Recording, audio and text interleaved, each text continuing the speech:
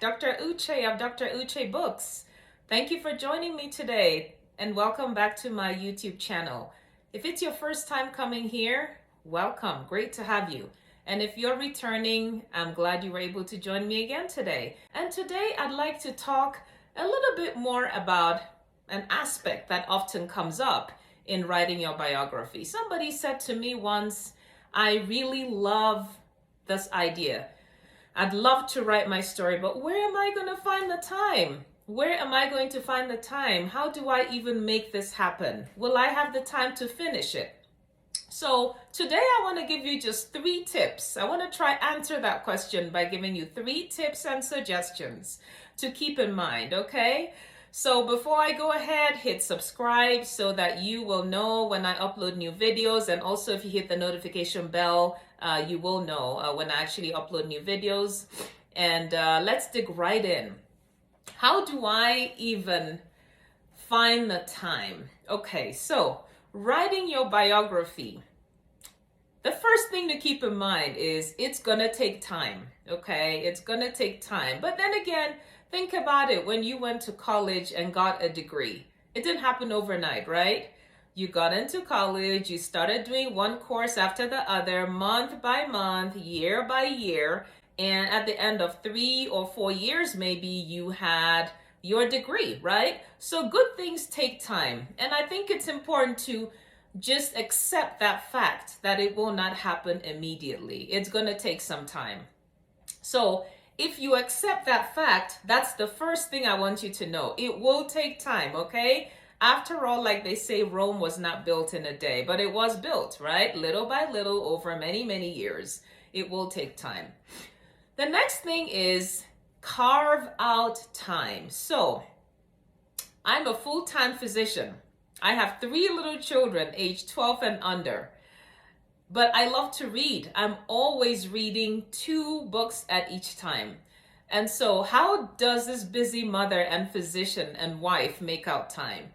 I have determined that the only time I have in a day to myself is 15 to 30 minutes before I sleep, right? I wake up early. I'm getting ready to go to work, getting kids ready to go to school, making sure they do what they have to do in the morning, making sure they put their plates in the sink and making sure they do their chores and so on and so forth. And then I go off to work. I have a boatload of patients, a busy clinic schedule, and I am there making sure my patients are well taken care of. When I'm at work, I'm really working minute to minute, second to second, hour to hour, doing what I have to do. And then when I finish, I try my best to wrap up my work and I get home because I got to do homework. Make sure kids do their homework. Make sure dinner is done. Make sure we do our chores, load the washer, and do everything. So till my kids go to bed, I don't have time to myself. Now, when they go to bed, because I want them to be in bed early to get up the next day to go to school, then I have 15 to 30 minutes, usually more like, let's say 30 minutes to an hour after they go to bed before I go to sleep. So that is my time. So I'm just giving you an example. That is the time I have in a day when I can actually do something else.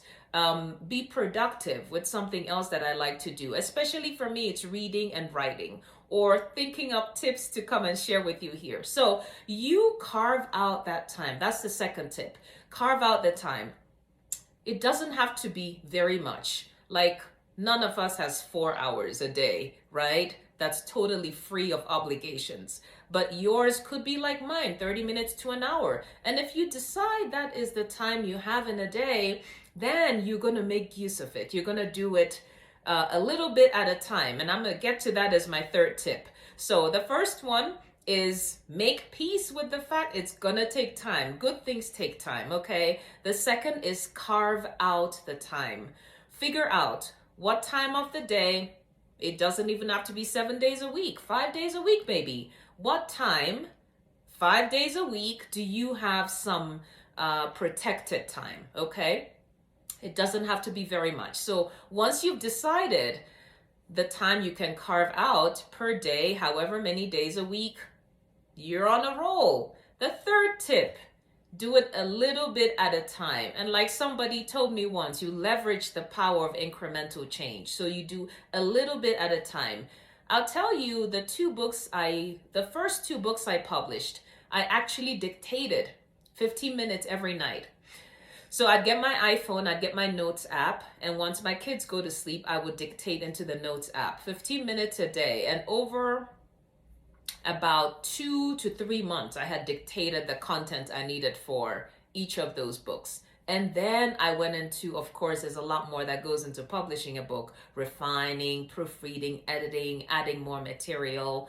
And of course, I dictated it out. So making sure that I like how it looked in a Microsoft Word processor or whatever you use. So that's a different part. But I think the bulk of it you can do if you follow these 3 tips. Make peace with the fact it's going to take time. Carve out what time it is per day that you can actually use, that you have protected time.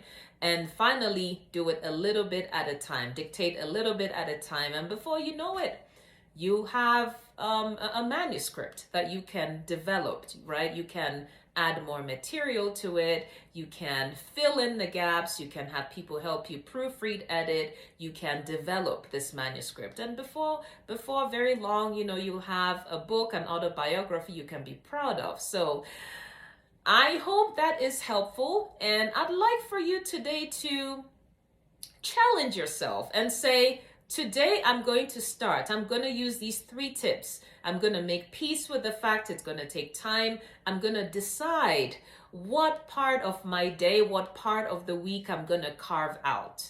And you can eventually start to use that time and do it little bit at a time. So that's my challenge to you today. This is Dr. Uche of Dr. Uche Books. Thank you for joining me, and I look forward to sharing more tips with you next time I show up here.